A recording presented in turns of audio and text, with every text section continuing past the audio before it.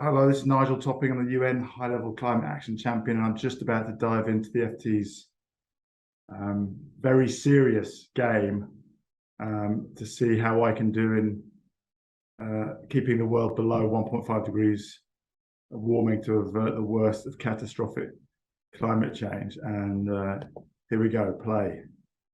Welcome to the game. I'm a global minister for future generations. I wish. Maybe a bit too close to my dream of taking over. We're already at 1.2. I've got 3 rounds. Okay. Choose my advisor. Okay. Gina Green, specialist, teen activist, Walter Watts, entrepreneur.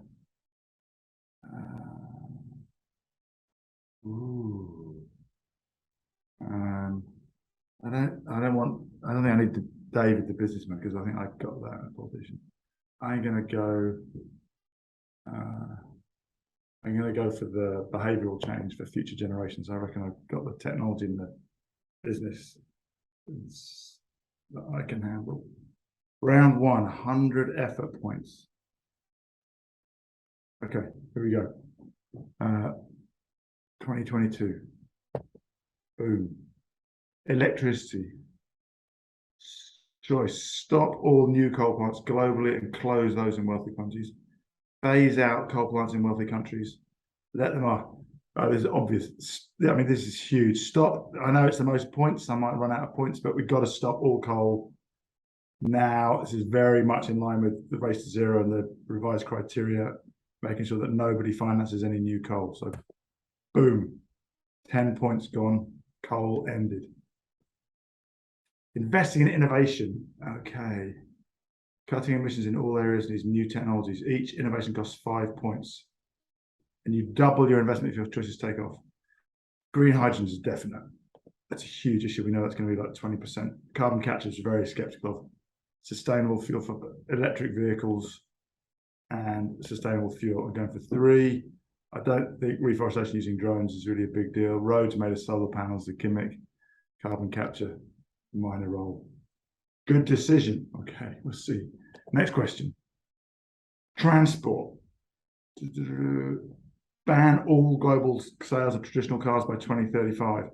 Anyone who knows me knows I've been ranting about this for a long time. I wish there was a 2030 option. I see California's just gone 2035. UK's at 2030. I think the technology's dead anyway, so it's kind of a waste, but I'm assuming the people who wrote the algorithm don't really believe in exponential change. So I'm going to have to lock this in with 10 points on banning sales of traditional cars. I'll go for 2030. Ooh, transforming the road transport sector has led to millions of new jobs. That's me, job creating machine. Thank you, 10 points back. You've got a jobs award. That's good, as I've got a business background. I'd be rather shocked if I screwed that up. Okay, buildings. We're still in 2022. Wow. So I've used 25 points. I got some back. Mandate that cities must knock down all poorly insulated homes. Ooh, that's going to create a lot of emissions rebuilding. Don't like that. Ban global coal and oil boiler sales and roll out heat pumps. Can I do more than one thing here? I'm going to definitely go for the heat pumps. I'm going to go for efficiency standard. Oh no, but I'm only allowed one of these. So I'm going for the banning coal and oil boiler sales, because every one of those that's sold is just locking in emissions forever. I would like to do efficiency as well, but definitely not knocking everything down. We've got a big retrofit thing we've got to pull off here. Okay. Oh, this is the sort of random bit. Tipping points are looming. A giant iceberg has broken off. Oh, this is the roll of the dice. Oh no.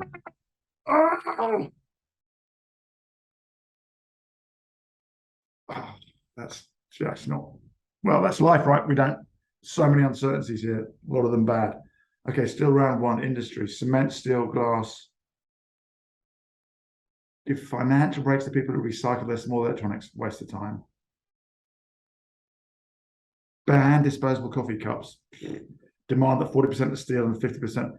I know I'm always going for the most points, but that's because they're the most effective policy. So we're going to use a procurement lever, make sure that 40% of steel and 50% of plastic are really kicking in the circular economy. Next question. Oh, I thought I'd done that. Steel and plastics. Next question. Okay, a quick update. After the global anti-flying protests I organised, leading airline executives have agreed not to stand in the way of your plans to reduce emissions from flights. Investing in the future generations. Thank you, advisor. Collect 10 points. Oh, good. I got a bit back there. Methane. This is another easy one. In fact, I was just talking about that recently, and the idea of launching an initiative to try and stop all methane leakage from oil and gas, which is a big source and can be blocked easily because we have the satellites. This is a lot of points, but if you don't go big early, then you just suffer later. Methane, boom. Good choice. Thank you. Stopping gas leaks. Collect 10 points. Okay, so it only cost me 10. All right, good news. Your decision to invest in improving batteries is paying off. Governments around the world, take note. It's going to be a massive industry. You need to get invested now. Don't build silly metallurgical coal plants in Cumbria. Build lots of battery factories. Create jobs for decades. Don't chase the illusion of jobs from yesteryear's industries. Collect 10 points. Oh, I'm feeling quite good about that. I'm still in round one and I've only used 27 points net. Agriculture and trees. Allow land use emissions to fall naturally. No, you can tell I'm an interventionist here. Reduce deforestation by 2/3 and plant hundreds of millions of hectares. Support companies buying voluntary offsets. I'm a big fan of voluntary offsets if we get the standards right, but if we can guarantee the deforestation, I mean, I would prefer to completely reduce deforestation and plant, but again, going for the big one. Trees, continue. Okay, well done for taking bold action. Thank you. No more points back though. Okay, complete round one. How am I doing? I got an award for nature as well. I have 10 more points back. I'm feeling quite good. I have 100 points and I've used less than a third in the first round net. I've got 2 out of 5 awards. Go. Okay. Net zero. What a roaring start. You're on track. Thank you. And this is the key to the race to zero, to make sure that the actions we take this decade are on track to meet net zero by 2050. So, I just got to move myself. Now I'll go for round 2. This is when the going gets tough. 2026. Public opinion polling shows some voters think you're moving too fast. Yeah, but they're the people who don't have a vested interest in the future, let's say, or can't read, because everybody knows this is really serious. Everybody by now can see that we're creating jobs by being bold. So I'm not going to ignore. Well, I could ignore the people who think I'm going too fast. That may be the best thing. Hashtag save our planet. Blah blah. Oh, I think I'm just going to ignore them. They're wrong. Don't waste any points. Yeah, I mean we know that electricity bills are only going to come down the more we invest in renewables. So actually, I'll take the 5. That I will invest in a little bit of media on green jobs, because that's what I'm all about. Green jobs for a thriving future for the next generation. Campaign is working. People are excited about the potential jobs. 5 points back. That's a free bit of political tailwind. Okay, now, coal we've dealt with. Electricity now. Gradually expand. I'm not a gradualist. 4 trillion a year. You've just got to go big here. We have to electrify everything to get rid of oil and gas, and to create the green hydrogen to eliminate the emissions in heavy industry and air and sea transport. So, and my memory tells me right, 2% of GDP. We need about 2 trillion a year in emerging markets, but globally, that sounds like the right 4 trillion. Okay, it's made it easier for developing countries to decarbonize. Thank you. That's another one of my big bees in my bonnet. We have to drive private finance into emerging and developing countries. 600 million people in Africa don't have access to electricity. It's criminal. And they need that electricity to be able to develop economically and entrepreneurially. So 10 points back. Ooh, equality. Pleased with that. My advisor will be pleased. And the people of the vulnerable countries of the world will be pleased to see some leadership from the rich countries of the world. Okay, I know we can't stop everything. So how much do I spend on adaptation? Don't spend on adaptation. Absolutely not an option. I spent a lot of time in the last few months visiting small islands and African countries who are being hammered right now. And so we have to build the infrastructure. I just got to go big. There we go. Transport, not just cars. Gradually introduce low fuel carbon for aviation. I don't want low carbon fuel. I want sustainable aviation fuel. Mandate 20% low carbon fuel. I think that's the one we're going for. We have a breakthrough that says we've got to get to 10% by 2030. So I like that. That's even more. And the frequent flyer tax just seems like a fair way of paying, people paying for their externality. Fuel, but hypersonic plane. That sounds like a very long deal. So rather than the long shot technology, I'll go with something we know how to do and we're already on track to do. We're going for 20% low carbon fuel by 2030. Next question. Green hydrogen bet is paying off. I knew it would. Ever since we did the Mission Possible report for the Energy Transitions Commission, I've been very aware of just how much we need to rely on hydrogen and spoken to a lot of people who can see the cost coming down first. That's why we launched the Green Hydrogen Coalition. That's why we helped 6 African countries launch the African Green Hydrogen Coalition. So electrolyzers falling, cheap green hydrogen. Anyone wasting money investing in so-called blue hydrogen, which is expensive fossil fuel-based hydrogen that thinks it's going to use carbon capture and storage to be as clean as green hydrogen, is wasting their money, and now they know it. Right, coral reefs dying. This breaks my heart. I'm so glad that Australia's finally seen sense, because one of the great natural wonders of the world, the barrier reef, has been killed in large part due to the mindless policies of previous Australian governments thinking they could hang on to a coal industry while the rest of the world's decided to get to net zero. Oh, wow. So I've got another random event. My heart is in my mouth. What's going on? Oh, no, that's 2 out of 2 I've been hammered. Oh, no. That's horrible. Okay, I've got to double down elsewhere. Buildings, retrofit. Oh, can I only do one? Okay, paint rooftops is nice. Deal with both old and new buildings. Refit 20% of old and declare all new.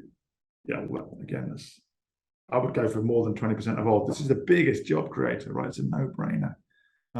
Save electricity, make properties more valuable, make them healthier so old people don't die of cold in the winter. So if I could do 1 and 2, I would double down. I'll go more like 50%. But next question. Carbon price. Ooh.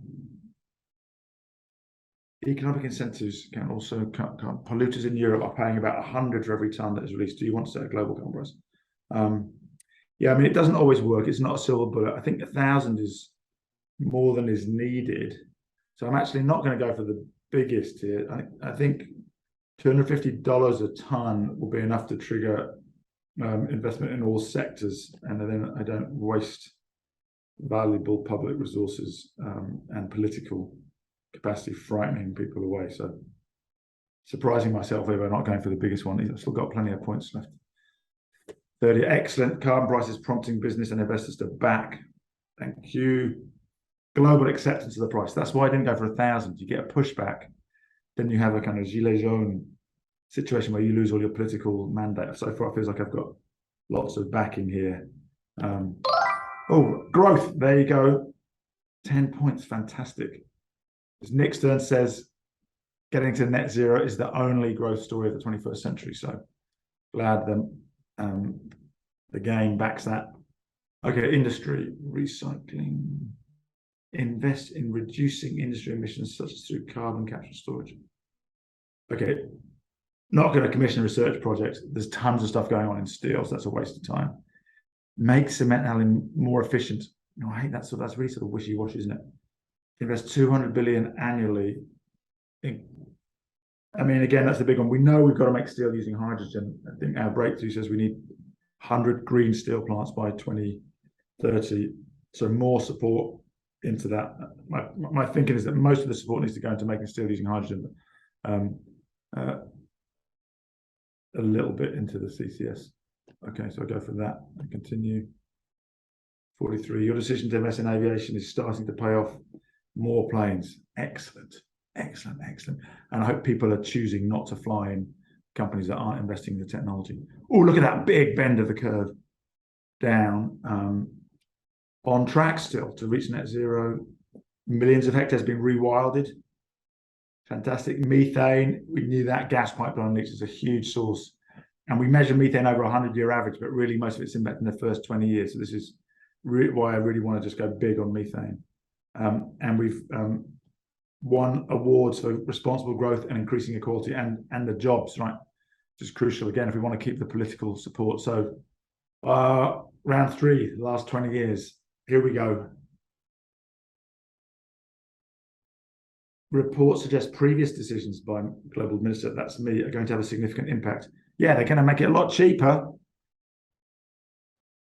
Obviously, one of the myths is that by delaying, somehow we can save money. By delaying, we just bank a shed load of disaster and cost $277 billion of natural disasters last year, according to Swiss Re, and only 40% of them covered by insurance.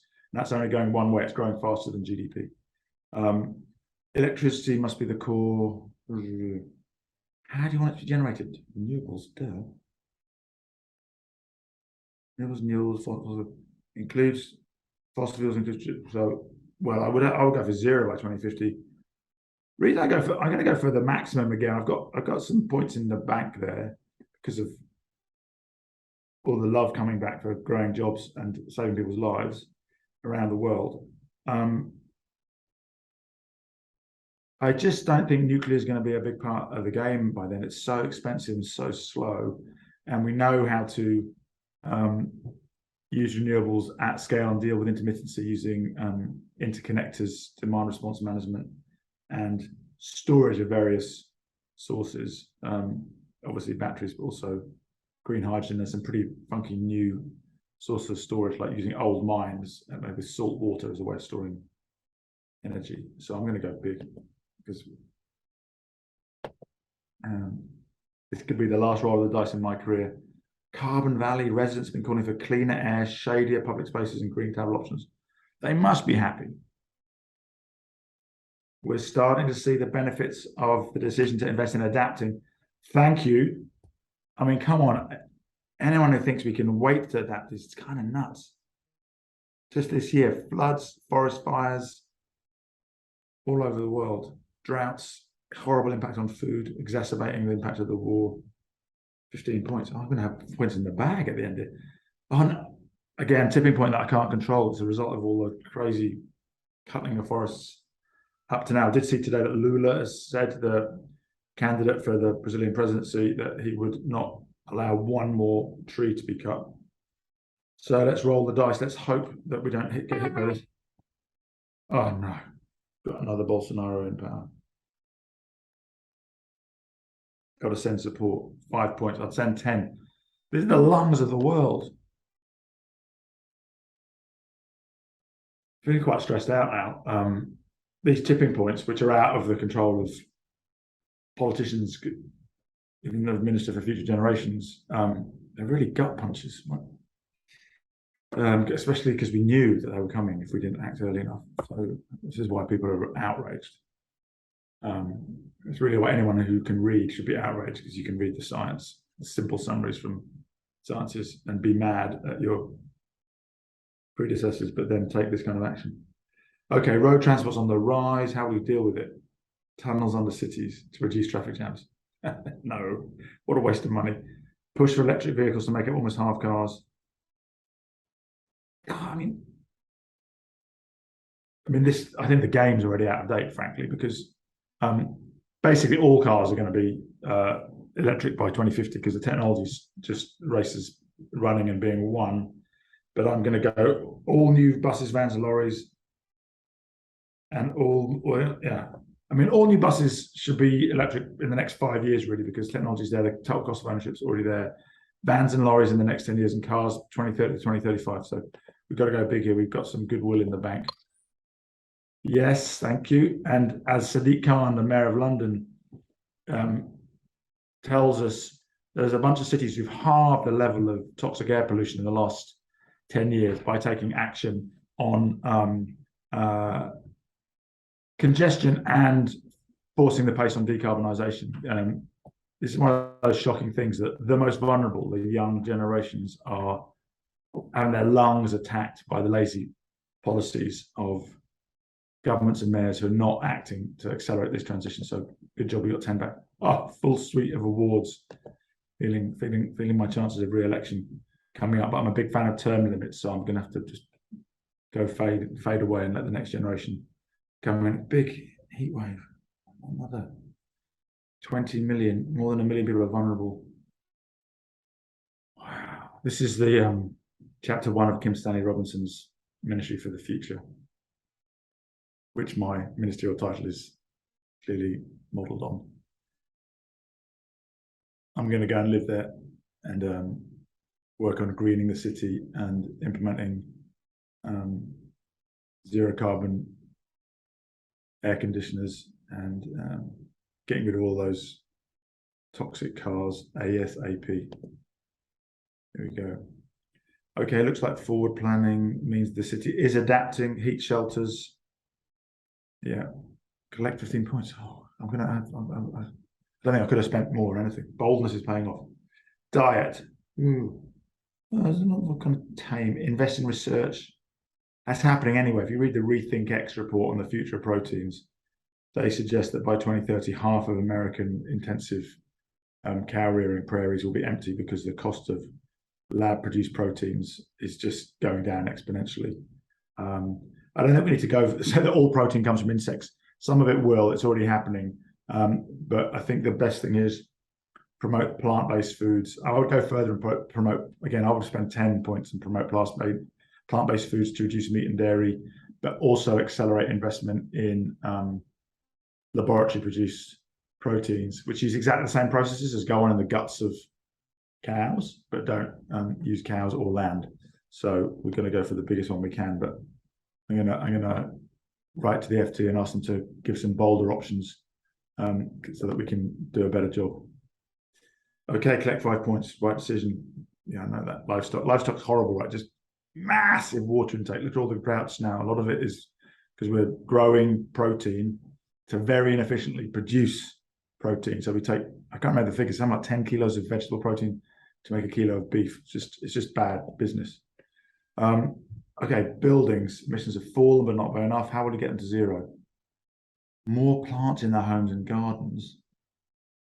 I don't think that's a very big lever. Fully retrofit, mass training program. Well, if we commit to fully retrofitting and encourage a cold wash, the industry is already, of the detergent industry are already producing the products now.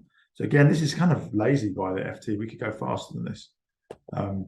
Let's go fully retrofit. I mean, this is still 2031, so 19 years. You've got to go 100%. I'm going to demand an option D for all these questions and see how much better we could do if we invoked that. Been held back by the algorithm. Critical minerals. There's a shortage.